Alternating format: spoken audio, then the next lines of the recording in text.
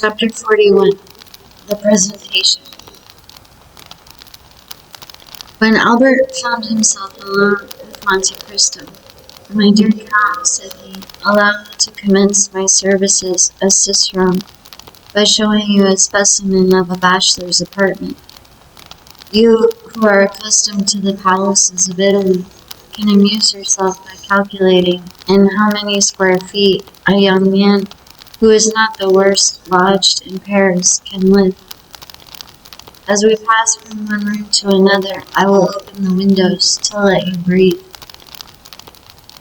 Monte Cristo had already seen the breakfast room and the salon on the ground floor. Albert led him to the first of his ateliers, which was, as we have said, his favorite apartment.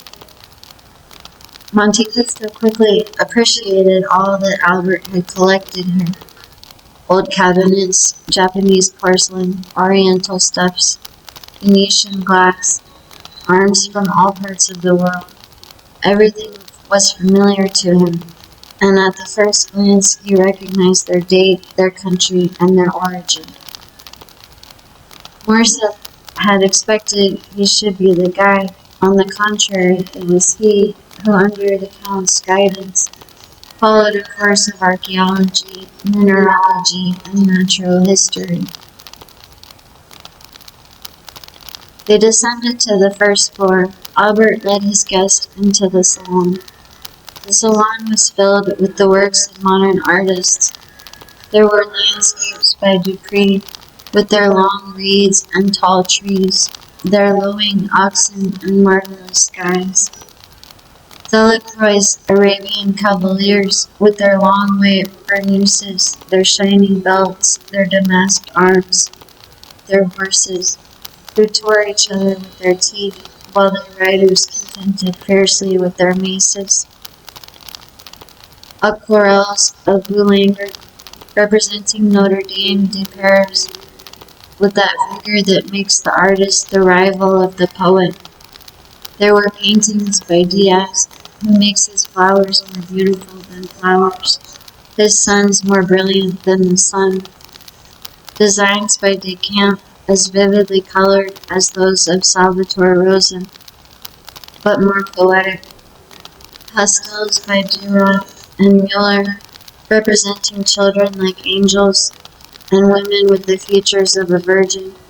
Sketches torn from the album of Balzac's Travels in the East, that had been made in a few seconds on the saddle of a camel, or beneath the dome of a mosque.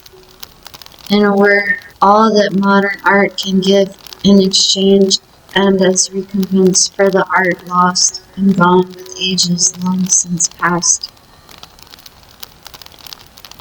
Albert expected to have something new this time to show the traveler, but to his great surprise, the latter, without seeking for the signatures, many of which, indeed, were only initials, named instantly the author of every picture, in such a manner that it was easy to see that each name was not only known to him, but that each style associated with it had been appreciated and studied by him. From the salon, they passed into the bedchamber. It was a model of taste and simple elegance. A single portrait, signed by Leopold Robert, shone in its carved and gilded frame. This portrait attracted the Count of Monte Cristo's attention, for he made 3 rapid steps in the chamber and stopped suddenly before it. It was the portrait of a young woman of 5 or 26, with a dark complexion and light, lustrous eyes veiled beneath long lashes. She wore the picturesque costume of the Catalan fisherwoman, a red and black bodice, and golden pins for her hair. She was looking at the sea, and her form was outlined on the blue ocean and sky. The light was so faint in the room that Albert did not perceive the pallor that spread itself over the Count's visage, or the nervous heaving of his chest and shoulders. Silence prevailed for an instant, during which Monte Cristo gazed intently on the picture. "You have there a most charming mistress, Viscount," said the Count in a perfectly calm tone. "And this costume, a ball costume, doubtless, becomes her admirably." "Ah, monsieur," returned Albert, "I would never forgive you this mistake if you had seen another picture besides this. You do not know my mother. She is whom you see here. She had her portrait painted thus 6 or 8 years ago. This costume is a fancy one, it appears, and the resemblance is so great that I think I still see my mother the same as she was in 1830. The Countess had this portrait painted during the Count's absence. She doubtless intended giving him an agreeable surprise, but strange to say, this portrait seemed to displease my father, and the value of the picture, which is, as you see, one of the best works of Leopold Reber, could not overcome his dislike to it. It is true, between ourselves, that M. de Morcerf is one of the most assiduous peers at the Luxembourg, a general renowned for theory, but a most mediocre amateur of art. It is different with my mother, who paints exceedingly well, and who, unwilling to part with so valuable a picture, gave it to me to put here, where it would be less likely to displease M. de Morcerf, whose portrait by Groth I will show you now. Excuse my talking of family matters, but as I shall have the honor of introducing you to the Count, I tell you this to prevent you making any allusions to this picture. The picture seems to have a malign influence, for my mother rarely comes here without looking at it, and still more rarely does she look at it without weeping. This disagreement is the only one that has ever taken place between the Count and Countess, who are still as much united, although married more than 20 years, as on the first day of their wedding. Monte Cristo glanced rapidly at Albert, as if to seek a hidden meaning in his words, but it was evident the young man uttered them in the simplicity of his heart. "Now," said Albert, "that you have seen all my treasures, allow me to offer them to you, unworthy as they are. Consider yourself as in your own house, and to put yourself still more at ease, pray accompany me to the apartments of M. de Morcerf, he whom I wrote you from Rome an account of the services you rendered me, and to whom I announced your promised visit. And I may say that both the Count and Countess anxiously desire to thank you in person. You are somewhat blasé, I know, and family scenes have not much effect on Sinbad the sailor, who has seen so many others. However, accept what I propose to you as an initiation into Parisian life, a life of politeness, visiting, and introductions." Monte Cristo bowed without making any answer. He accepted the offer without enthusiasm, and without regret, as one of those conventions of society which every gentleman looks upon as a duty. Albert summoned his servant, who ordered him to acquaint M. and Madame de Morcerf of the arrival of the Count of Monte Cristo. Albert followed him with the Count. When they arrived at the antechamber, above the door was visible a shield, which by its rich ornaments and its harmony with the rest of the furniture, indicated the importance the owner attached to this blazon. Monte Cristo stopped and examined it attentively. "Azure 7 merlets, or placed thunder," said he. "These are doubtless your family arms?" "Except a knowledge of blazons that enables me to decipher them, I am very ignorant of heraldry. I account of fresh creation, fabricated in Tuscany by the aid of a commentary of St. Stephen, and who would not have taken the trouble had I not been told that when you travel much it is necessary. Besides, you must have something on the panels of your carriage to escape being searched by the custom house officers. Excuse my putting such a question to you. It is not indiscreet, returned Morcerf with the simplicity of conviction. You have guessed rightly. These are our arms, that is, those of my father, but they are, as you see, joined to another shield, which has gulls, a silver tower, which are my mother's. By her side I am Spanish, but the family of Morcerf is French, and I have heard one of the oldest of the south of France. Yes, replied Monte Cristo. These blazons prove that. Almost all the armed pilgrims that went to the Holy Land took for their arms either a cross in honor of their mission or birds of passage in sign of the long voyage they were about to undertake, and which they hoped to accomplish on the wings of faith. One of your ancestors had joined the Crusades, and supposing it to be only that of St. Louis, that makes you now to the 13th century, which is tolerably ancient.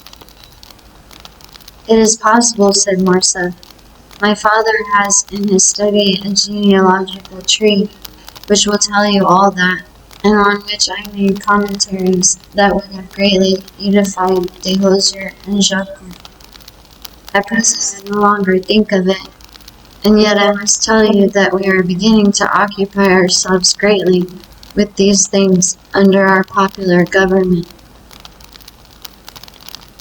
Well, then your government would do well to choose from the past something better than the things that I have noticed on your monuments, and which have no heraldic meaning whatever. As for you, Viscount, continued Monte Cristo to Morcerf, you are more fortunate than the government, for your arms are really beautiful and speak to the imagination. Yes, you are at once from Provence and Spain. That explains if the portrait you showed me be like the dark hue I so much admired on the visage of the noble Catalan. It would have required the penetration of Oedipus or the Sphinx to have divined the irony the Count concealed beneath these words, apparently uttered with the greatest politeness. Morcerf thanked him with a smile and pushed open the door above which were his arms, and which, as we have said, opened into the salon. In the most conspicuous part of the salon was another portrait. It was that of a man from 5 to 38, in the uniform of a general officer, wearing the double epaulet of heavy bullion that indicates superior rank, the ribbon of the Legion of Honor around his neck, which showed he was a commander, and on the right breast the star of a grand officer of the Order of the Savior, and on the left that of the Grand Cross of Charles III, which proved that the person represented by the picture had served in the wars of Greece and Spain, or what was just the same thing as regarded decorations, had fulfilled some diplomatic mission in the two countries. Monte Cristo was engaged in examining this portrait with no less care than he had bestowed upon the other, when another door opened, and he found himself opposite to the Count of Morcerf in person.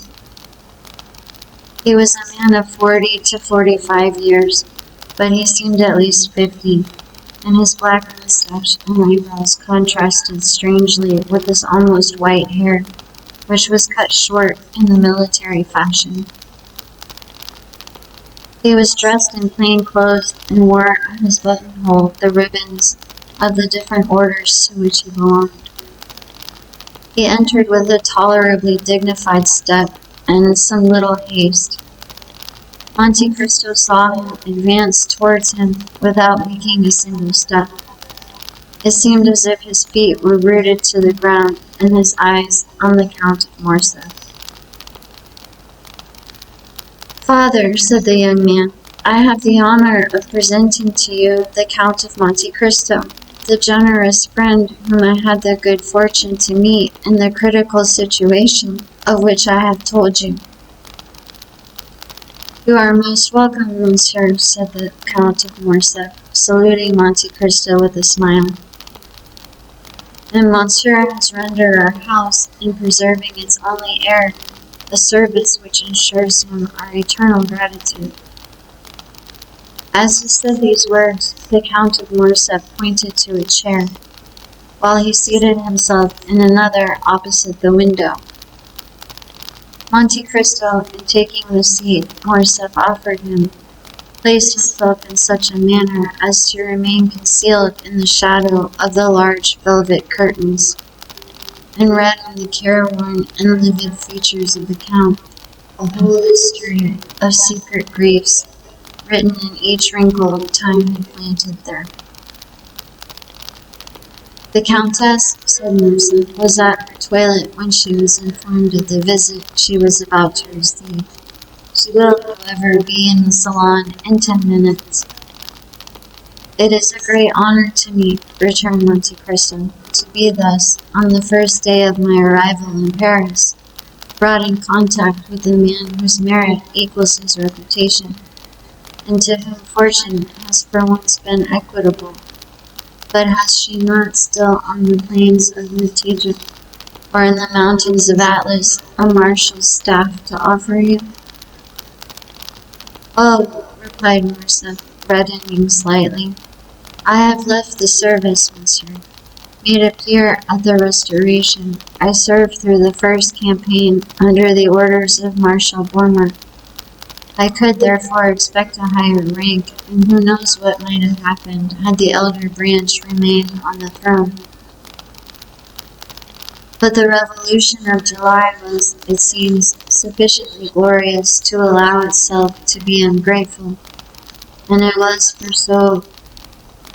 for all services that I did not date from the imperial period. I tendered my resignation, for when you have gained your epaulets on the battlefield, you do not know how to maneuver on the slippery grounds of the salons. I have hung up my sword and cast myself into politics. I have devoted myself to industry.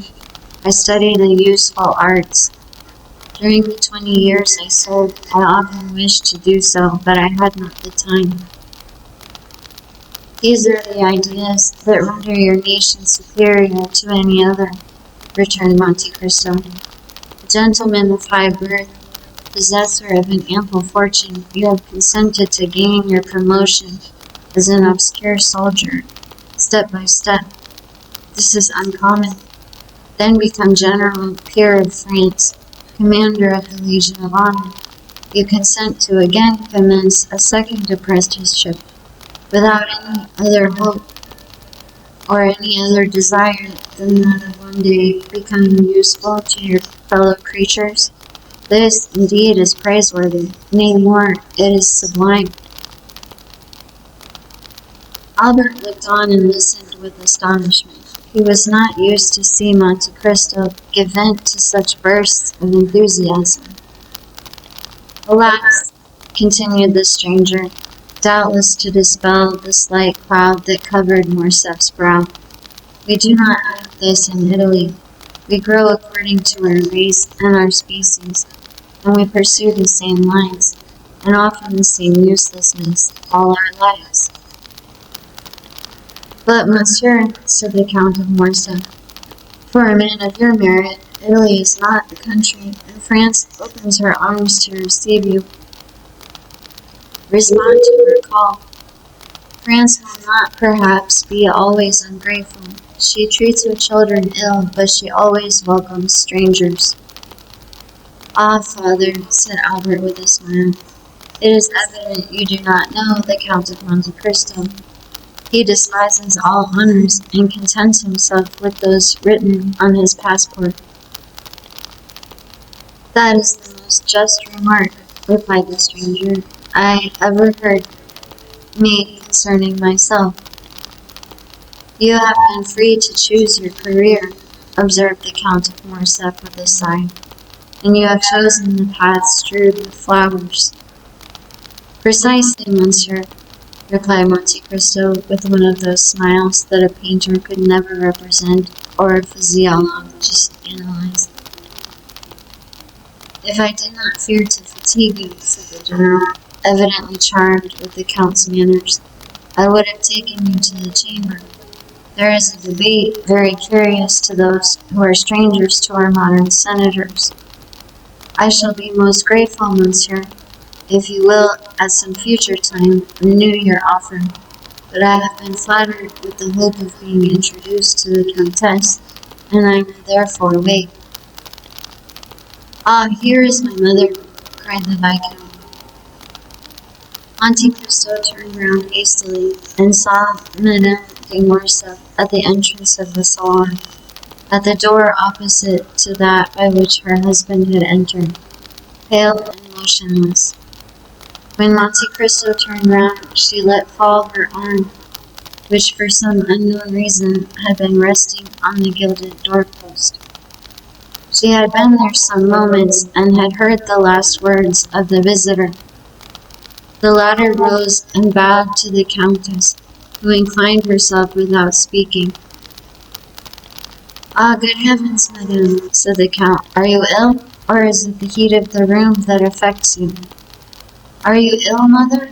Cried the Viscount, springing towards her. She thanked them both with a smile.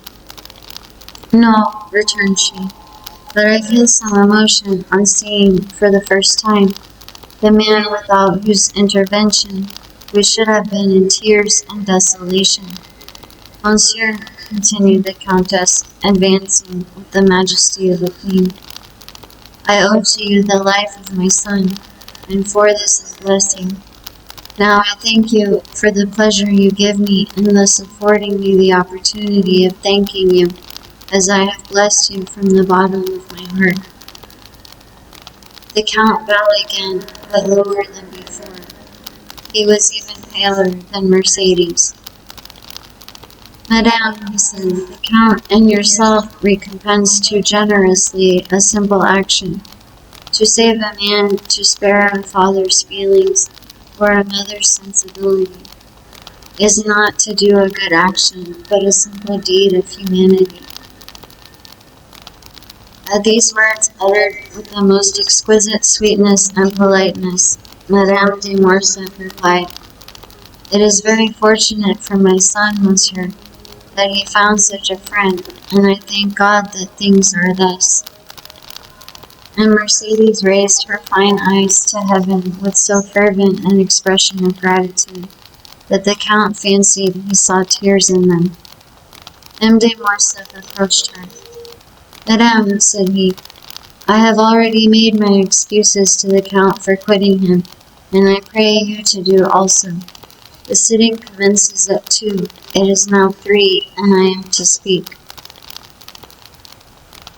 Go then, and monsieur, I will strive our best to forget your absence, replied the Countess, with the same tone of deep feeling.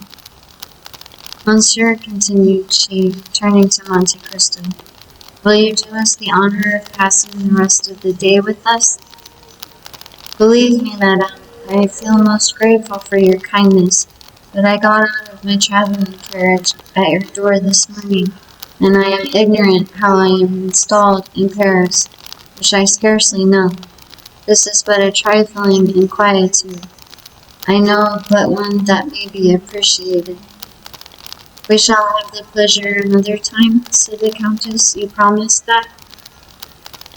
Monte Cristo inclined himself without answering, but the gesture might pass for assent.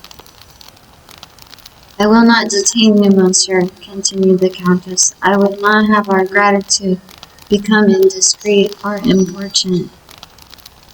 My dear Count, said Albert, I will endeavor to return your politeness at Rome, and place my coupe at your disposal until your own be ready. 1,000 thanks for your kindness, Viscount, returned the Count of Monte Cristo, but I suppose that Bertuccio has suitably employed the 4 hours and a half I have given him. and that I shall find a carriage of some sort ready at the door. Albert was used to the Count's manner of proceeding. He knew that, like Nero, he was in search of the impossible, and nothing astonished him. But wishing to judge with his own eyes how far the Count's orders had been executed, he accompanied him to the door of the house. Monte Cristo was not deceived. As soon as he appeared in the Count of Morcerf's antechamber, a footman, the same who at Rome had brought the Count's card to the two young men, and announced his visit, sprang into the vestibule, and when he arrived at the door, the illustrious traveler found his carriage awaiting him. It was a coupe at Kohler's building, and with horses and harness for which Drake had, to the knowledge of all the lions of Paris, refused on the previous day 700 guineas. Monsieur, said the Count to Albert, I do not ask you to accompany me to my house, as I can only show you a habitation fitted up in a hurry, and I have, as you know, a reputation to keep as regards not being taken by surprise. Give me, therefore, one more day before I invite you. I shall then be certain not to fail in my hospitality. If you ask me for a day, Count, I know what to anticipate. It will not be a house I shall see, but a palace. You have decidedly some genius at your control. Ma foi, spread that idea, replied the Count of Monte Cristo, putting his foot on the velvet-lined steps of his splendid carriage. And that will be worth something to me among the ladies. As he spoke, he sprang into the vehicle. The door was closed, but not so rapidly that Monte Cristo failed to perceive the almost imperceptible movement which stirred the curtains of the apartment in which he had left Madame de Morcerf. When Albert returned to his mother, he found her in the boudoir, reclining in a large velvet armchair. The whole room so obscure that the only shining spangle fastened here and there to the drapery, and the angles of the gilded frames of the pictures, showed with some degree of brightness in the gloom. Albert could not see the face of the Countess, as it was covered with a thin veil she had put on her head, and which fell over her features in misty folds. But it seemed to him as though her voice had altered. He could distinguish amid the perfumes of the roses and the heliotropes in the flower stands the sharp and fragrant odor of volatile salts, and he noticed in one of the chased cups on the mantelpiece the Countess's smelling bottle, taken from its shagreen case, and exclaimed in a tone of uneasiness as he entered, My dear mother, have you been ill during my absence? No, Albert, but you know these roses, tuberoses, and orange flowers grow out at first before one is used to them with such violent perfumes. Then, my dear mother, said Albert, putting his hand to the bell, they must be taken into the antechamber. You are really ill, and just now you were so pale as you came into the room. Was I pale, Albert? Yes, a pallor that suits you admirably, mother, but which did not the less alarm my father and myself. Did your father speak of it? Inquired Mercedes eagerly. No, madame, but do you not remember that he spoke to the fact to you? Yes, I do remember, replied the Countess. A servant entered, summoned by Albert's ring of the bell. Take these flowers into the ante-room or dressing room, said the Viscount. They make the Countess ill. The footman obeyed his orders. A long pause ensued, which lasted until all the flowers were removed. What is this name of Monte Cristo? Inquired the Countess, when the servant had taken away the last vase of flowers. Is it a family name, or the name of the estate, or a simple title? I believe, Mother, it is merely a title. The Count purchased an island in the Tuscan archipelago, and, as he told you today, has founded a commandery. You know the same thing was done for St. Stephen of Florence, St. George Constantine of Parma, and even for the Order of Malta. Except this, he has no pretension to nobility and calls himself a chance count, although the general opinion at Rome is that the count is a man of very high distinction. His manners are admirable, said the Countess, at least as far as I could judge in the few minutes he remained here. They are perfect, Mother, so perfect that they surpass by far all I have known in the leading aristocracy of the three proudest nobilities of Europe, the English, the Spanish, and the German. The Countess paused a moment, then, after a slight hesitation, she resumed. You have seen, my dear Albert, I asked the question as a mother, you have seen M. de Monte Cristo in his house? You are quick-sighted, have much knowledge of the world, more tact than is usual at your age. Do you think the Count is really what he appears to be? What does he appear to be? Why, you have just said, a man of high distinction. I told you, my dear mother, he was esteemed such. But what is your own opinion, Albert? I must tell you that I have not come to any decided opinion respecting him, but I think him a Maltese. I do not ask you of his origin, but what he is. Ah, what he is. That is quite another thing. I have seen so many remarkable things in him, that if you would have me really say what I think, I shall reply that I really do look upon him as one of Byron's heroes, whom misery has marked with a fatal brand.